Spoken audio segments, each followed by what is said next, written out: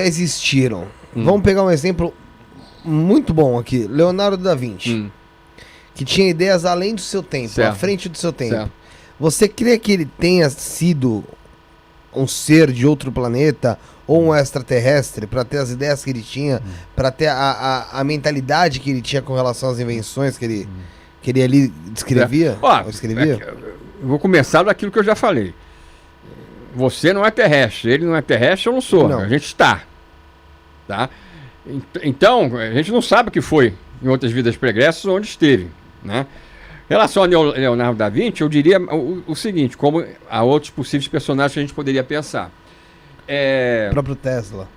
Tá? Então você tem determinadas situações que você pode imaginar assim que quem encarnou ali, encarnou com uma missão de trazer realmente luz, trazer conhecimento, seja a área qual for, para a humanidade, mas nunca se esquecendo, cada um de nós, que tanto esses seres como nós, essas pessoas como nós, não somos terrestres e, portanto, também não vamos ser extraterrestres, entre aspas, sempre também. A gente está em uma situação hoje como pode ter estado numa outra no passado. Agora, essa influência, não tenho dúvida que acontece. Inclusive, você falou de Leonardo da Vinci, eu coloco figuras, por exemplo, são tidas por nós, saindo até da área mais objetiva da ufologia, tá descendo, da área da ufologia, para a área, por exemplo, da espiritualidade, da teosofia, etc. Vários desses mestres, eles têm esse tipo, estão dentro desse contexto de ajuda à humanidade, e você não pode dizer que cada um deles era simplesmente um terrestre, tá? Porque dentro de um dos casos que eu cito muito, que envolveram os contatos desse general que eu falei logo no início, general Moacir de Mendonça Shoa, ele, quando começou a investigação numa fazenda no interior de Goiás, chamada Vale do Rio do Ouro, no final da década de 60, ele era uma pessoa já espiritualizada, teosofista, né? E, de repente, lá no meio do mato, né, ele vê uma luz, era mato mesmo, todo mundo estava com medo de cobra, não quis se aproximar, tentar chegar perto dessa luz, inclusive a esposa dele, Dona Anita, né? Eu tive a felicidade de conhecer bem o general, ele foi conferencista em eventos meus no Rio, na década de 80. O que aconteceu? Ele falou, não, está acontecendo essa coisa aqui, eu não vou pensar que vou morrer picado por uma cobra. E aí resolveu entrar no mato em direção a tal luz, né? E quando chegou perto, ele se deparou lá com um ser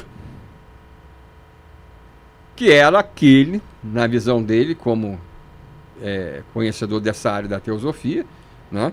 Aquele que dentro da teosofia aparece com o nome de Moria ou El Moria, né?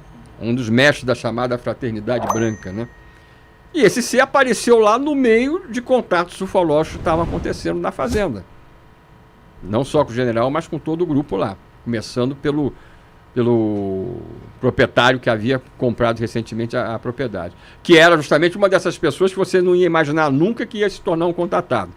Voltando àquela outra questão. Tá? Mas resultado,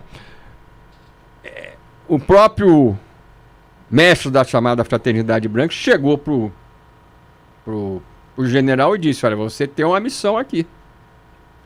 Observar e escrever livros para relatar isso que vai acontecer aqui. A continuidade dos contatos ufológicos. E numa das experiências de contato, não só dele, mas do grupo lá, nessa mesma fazenda, aconteceu o seguinte, ele se deparou com outro ser aí, supostamente extraplanetário, e ele associou aquela figura às gravuras, às representações de um outro mestre, também da chamada Fraternidade Branca.